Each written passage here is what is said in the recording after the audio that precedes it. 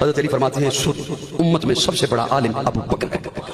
حضرت علی فرماتے ہیں سن امت میں سب سے بڑا سخی ابو بکر ہے۔ حضرت علی فرماتے ہیں جب پیارے آقا نے فاران کی چوٹی پہ اعلان توحید کیا، جب مشرکین کی طرف سے وار ہوئے، جب منافقین کی طرف سے وار ہوئے، تو اس وقت چھوٹا تھا جو پیارے آقا کے سامنے ٹھار بن کر کھڑا ہو گیا، اور جس نے تمام وار اپنے وجود پہ سہے وہ ابو بکر ہی تھا۔ امت میں سب سے بڑا بہادر ابو بکر ہے۔ اس نے دوسرا سوال کیا، امیر المومنین جی یہ بتائیے امت میں سب سے بڑا عالم کون ہے؟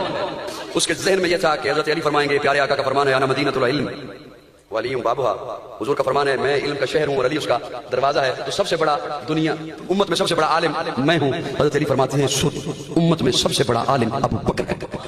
امام اسے بناؤ جو سب سے بڑا عالم ہو۔ حضرت علی پیارے آقا کا فرمان ہے امام اسے بناؤ جو سب سے بڑا عالم ہو۔ وہ فرمایا کہ پھر حضور ہی نے ہی فرمایا تھا نا، جب حضرت عباس پہنچے تھے حجرے میں، جب حضرت علی پہنچے تھے حجرے میں، یا رسول اللہ نماز کا وقت ہو گیا، پیارے آقا خاموش، یا رسول اللہ نماز کا وقت ہو گیا، پیارے آقا خاموش، یا رسول اللہ نماز کا وقت ہو گیا۔ جب تیسری دفعہ کہا تو پیارے آقا فرماتے ہیں مروا ابا بکر فلیصلی بالناس، لیکن جہاں ابو بکر ہو وہاں کوئی اور مصلی نہیں ہو سکتا۔ علی المرتضیٰ جی یہ بتائیے امت میں سب سے بڑا سخی کون ہے؟ اس کا ذہن یہ تھا اب تو حضرت علی ضرور فرمائیں گے کہ سب سے سخی میں ہوں، کیونکہ ایک دن روزہ رکھا تو مسافر آ گیا تھا، پھر روزہ رکھا تو مسکین آ گیا تھا، اور اللہ نے جبریل امین کو بھیج دیا تھا، قرآن کی آیت آ گئی تھی، اب تو ضرور حضرت علی فرما دیں گے کہ امت میں سب سے بڑا سخی میں ہوں۔ حضرت علی فرماتے ہیں سن امت میں سب سے بڑا سخی ابو بکر ہے۔ آقا فرماتے ہیں رب خلیل ہے میرا، لو کنت متخذا خلیلا سوی اللہ، اگر اللہ کے علاوہ میں دنیا میں خلیل ہونے کا اعلان کروں تو وہ عائشہ کا بابا ابو بکر ہے۔ حضور اکرم جب غار ثور سے نکلے ام معبد کی جھونپڑی سے ہوتے ہوئے یثرب کے قریب پہنچے، یثرب کے لوگ آتے پہلے ابو بکر کو ملتے پھر حضور کو ملتے، پہلے ابو بکر کو ملتے پھر حضور کو ملتے۔ وہ کیسے کیوں کر ہوا؟ پیارے آقا نے اپنا لعاب لگایا، لعاب پیارے آقا کا لعاب اس زہر کے لیے تریاق تھا، اس نے وہاں جانا تھا جہاں جہاں زہر گیا تھا، زہر ایڑی سے چل کر آنکھ تک آیا، پیارے آقا کا لعاب پیارے آقا کی زبان نبوت کا پانی اس زہر کے لیے تریاق تھا، اس نے وہاں جانا تھا جہاں جہاں زہر گیا تھا۔ پیارے آقا کا لعاب ایڑی سے چلا، پنڈلی سے چلا، رانوں سے چلا، پیٹ سے چلا، چہرے تک آیا، چہرہ ایسا چمک اٹھا نبوت کے پانی سے، لوگ بھول گئے پہلے انہیں ملنا ہے یا پیغمبر تو نہ تھا، پیغمبر جیسا لگتا تھا، وہ دریا تھا مگر گہرے سمندر جیسا لگتا تھا، ترستے ہیں فرشتے جس کو چھونے کے لیے اکثر وہ اس مسجد کے محراب اور منبر جیسا لگتا تھا، اور جس کو چھوٹے سے مسئلے کا جواب دینے کے لیے گھر جانا پڑے وہ امام نہیں ہوتا۔ کب اس نے کلمہ پڑھا، کب مسلمان ہوا، اسلام کے اعلان سے پہلے کیا کیا کرتا رہا، ہر چیز لکھی ہوئی ہے، نہ لڑائی نہ جھگڑا۔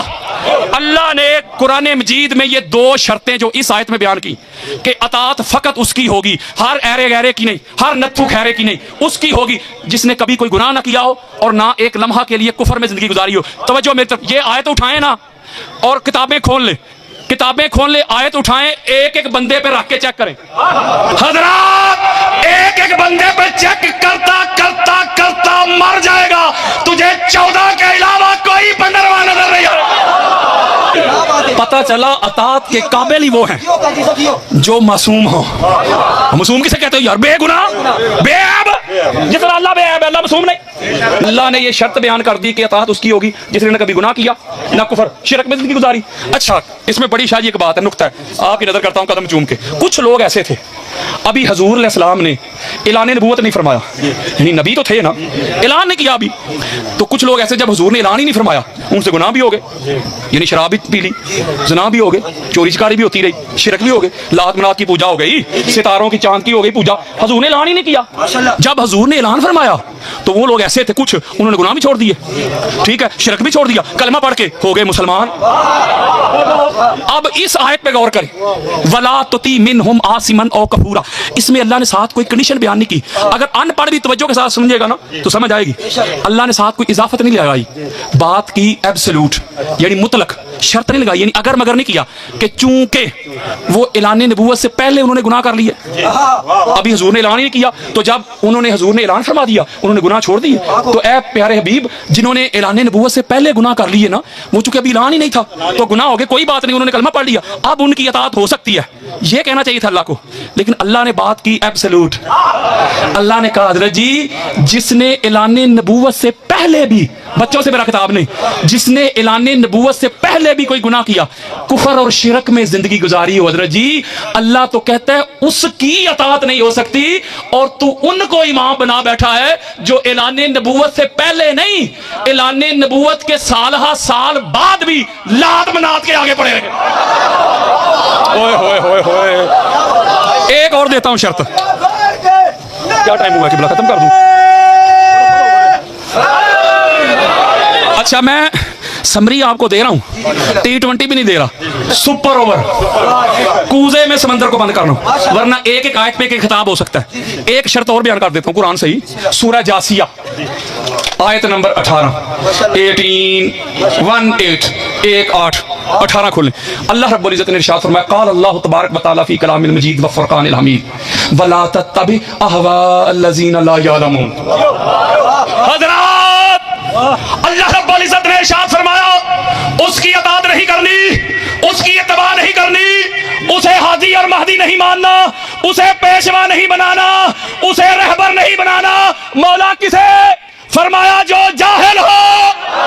होए होए होए, इसका मतलब है जाहिल इमाम नहीं हो सकता, उसकी औकात भी नहीं हो सकती। वो यारो, जो कोई बड़े से बड़ा आलिम उससे आके सवाल करे, कोई मसला पूछे, जो एट दी स्पॉट यानी उन्हीं कदमों पे उधर ही खड़े खड़े कायनात की इब्तिदा से लेके कायनात की इंतहा तक उन्हीं कदमों पे जवाब दे के भेजे ना, वो है इमाम। और जिसको छोटे से मसले का जवाब देने के लिए घर जाना पड़े, वो इमाम नहीं होता। एक चिट आ गई, एक पर्ची आ गई चाहिए, अलामा साहब तुसां ते माज़ अल्लाह हजरत अली दे इल्म नू नबी तो भी बता दी था।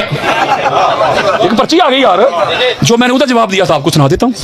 मैंने कहा मुझे नहीं पता ये किसने लिखा है, नाम तो लिखा नहीं। मैंने कहा जिसने भी लिखा है ना हजरत जी, मैं तो अभी तक इल्म सुना रहा हूँ दरवाजे का। होए होए होए होए, मैंने कहा मैं तो दरवाजे का इल्म बता रहा हूँ, तू सिर्फ दरवाजे का इल्म बर्दाश्त नहीं हो रहा हजरत जी, जब शहर खोला तो तेरा क्या बनेगा? होए होए होए होए, आलम बादी अली इब्ने अबी तालिब। मेरे आका ने फरमाया पूरी कायनात में मेरे बाद जो सबसे बड़ा आलिम है उसका नाम अली इब्ने अबी तालिब है। अच्छा, यहाँ मैं एक नुक्ता देना है, हजरत अबू तुफैल हजूर अलैहिस्सलाम के आखिरी सहाबी हैं, यानी सबसे ज्यादा उन्होंने उम्र पाई है। यानी इस दुनिया में जो ज्यादा देर तक हजूर के सहाबी जिंदा रहे ना, वो हजरत अबू तुफैल थे रज़ियल्लाहु ताला अन्हु। 100 साल से ज्यादा उम्र पाई है उन्होंने। वो रवायत करते हैं कि दो हस्तियां मैंने अपनी आंखों से देखा है कि जो मिंबर के ऊपर ये ऐलान फरमाया करते थे, सलूनी अम्मा शेतुम, जो कहते हैं कायनात का कोई सवाल, अम्मा शेतुम दुनिया का कोई क्वेश्चन पूछो। वो मैं भी नहीं कह सकता ये बात, कोई अलामा कोई मुफ्ती है किसी की औकात नहीं ना कह सकता। कहते दो हस्तियां फरमाया करती थी, एक हस्ती का नाम मोहम्मद मुस्तफ़ा है, दूसरी का नाम अली मुर्तज़ा।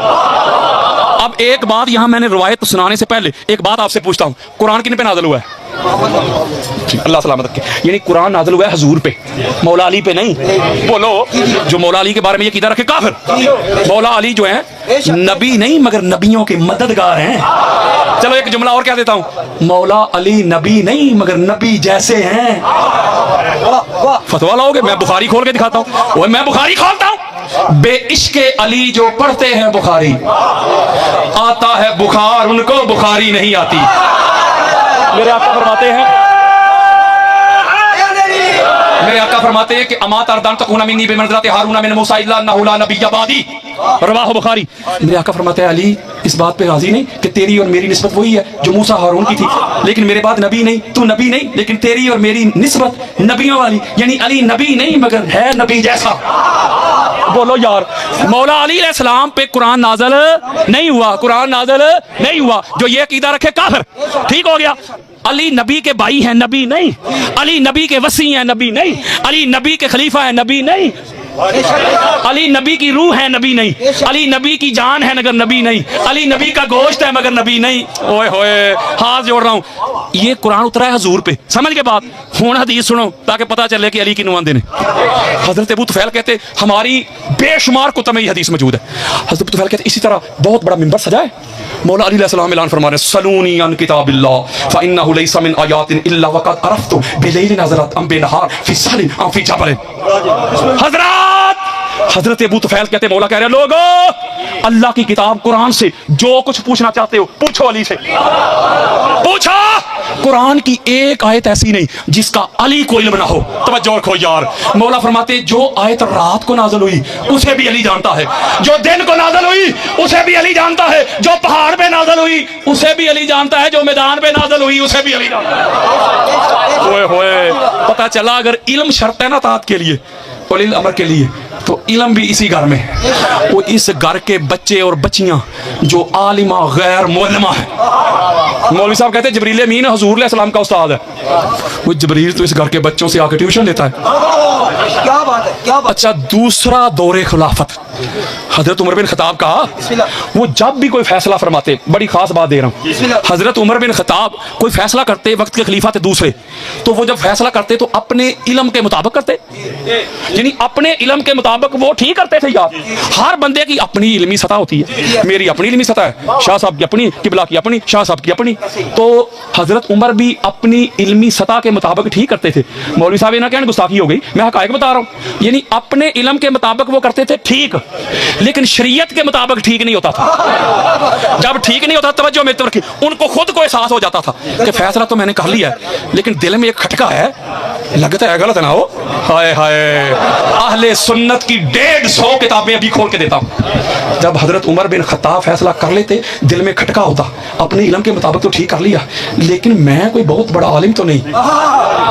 वो कहा करते थे अपने दरबारियों से, जाओ मासूम को बुला के लाओ, जाओ उलिल अमर को बुला के लाओ, जाओ वसी मुस्तफ़ा को बुला के लाओ, जाओ मंबा इल्म को बुला के लाओ। तो मौला अली अलैहिस्सलाम तशरीफ लाते। तवज्जो मेरी तरफ, हजरत उमर बिन खत्ताब के किए हुए फैसले को कुरान और सुन्नत के मुताबिक जब दुरुस्त करते, और मेरी तरफ आप फतवे ना लगा, मुझसे हवाला मांग, हातू बुरहानकुम इन कुंतुम सादिकीन, तुझे हवाला दूं। जब मौला अली अलैहिस्सलाम उनके फैसलों को कुरान और सुन्नत के मुताबिक करते दुरुस्त, तो हजरत उमर बिन खत्ताब ये नहीं कहते थे बादशाह मैं हूं, खलीफा मैं हूं, मेरी बात कौन चेंज करेगा। हाय हाय, काला उमर बिन खत्ताब लौला अली लहालका उमर।